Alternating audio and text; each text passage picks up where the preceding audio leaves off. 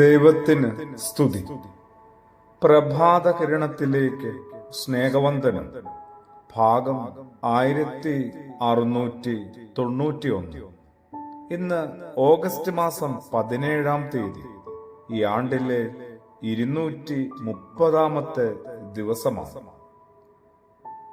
പരസ്പരം വലിയ വിശ്വാസമാണ്.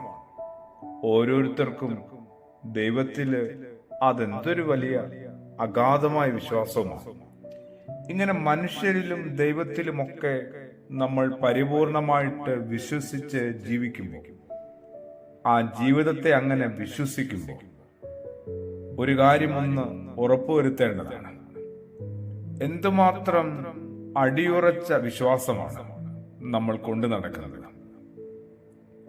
എപ്പോഴെങ്കിലുമൊക്കെ ഈ വിശ്വാസം പരീക്ഷിക്കപ്പെടുമ്പോഴാണ് നമ്മൾ മനസ്സിലാക്കുക, അതിനകത്ത് എവിടെയൊക്കെയോ സ്വാർത്ഥതയുടെയും സംശയത്തിന്റെയും ഒക്കെ കണികകളുണ്ടായിരുന്നു.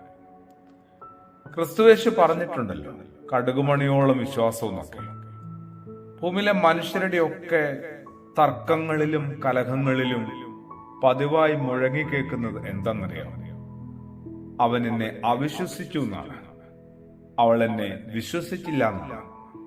വിശ്വാസം തന്നെയാണ് സകലത്തിന്റെയും കാതല്. വർഷങ്ങൾ കൊണ്ട് കെട്ടിപ്പൊക്കിയ വിശ്വാസം നിമിഷങ്ങൾ കൊണ്ട് തകർന്നടിയുന്ന ഒരുപാട് അനുഭവങ്ങൾ നമ്മൾ ഓരോരുത്തരുടെയും ജീവിതത്തിൽ ഉണ്ടായിട്ടില്ലേ? എത്രയോ വർഷങ്ങൾ കൊണ്ട് പരസ്പരം ധാരണയിൽ കെട്ടിപ്പൊക്കിയ വിശ്വാസമാണ് നിമിഷങ്ങൾ കൊണ്ട് തകർന്നടിഞ്ഞത്. ആ ഒരു നിമിഷത്തെ വൈകാരികത കൊണ്ടൊന്നുമല്ല ആ ദുരന്തം സംഭവിച്ചത് കേട്ടോ. ആദ്യം മുതലേ ഉണ്ടായിരുന്നതാണ്.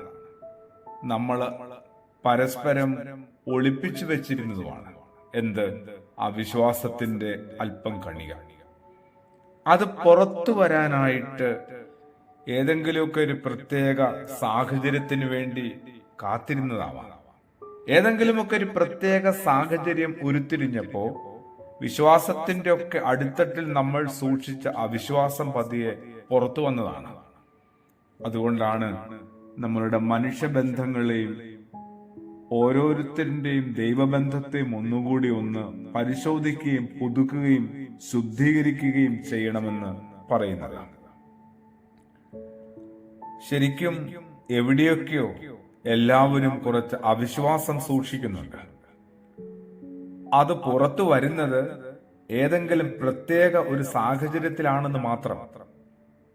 ഒരാളെ 100% വിശ്വസിക്കുമ്പോൾ, അങ്ങനെയാണ് നമ്മൾ പലപ്പോഴും അവകാശപ്പെടുന്നത്, ഞാൻ 100% വിശ്വസിക്കുന്നു.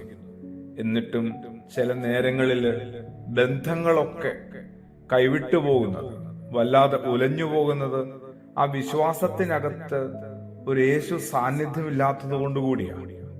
അത് പരിപൂർണമാകാതെ പോകുന്നത് കൊണ്ടും മേന്മയില്ലാതെ പോകുന്നത് കൊണ്ടൊക്കെയാണ്. അതുകൊണ്ട് അവനവന്റെ വിശ്വാസത്തിലേക്ക് പൂർണ്ണമായ യേശു സാന്നിധ്യത്തെ കൂടി നിലനിർത്താനായിട്ട് നമുക്കൊന്ന് പരിശ്രമിക്കാം. അങ്ങനെ നമ്മളുടെ ഭൂമിയിലെ ബന്ധങ്ങളെയൊക്കെ നമുക്ക് വീണ്ടെടുക്കാം, ബലപ്പെടുത്താം. ആമേൻ.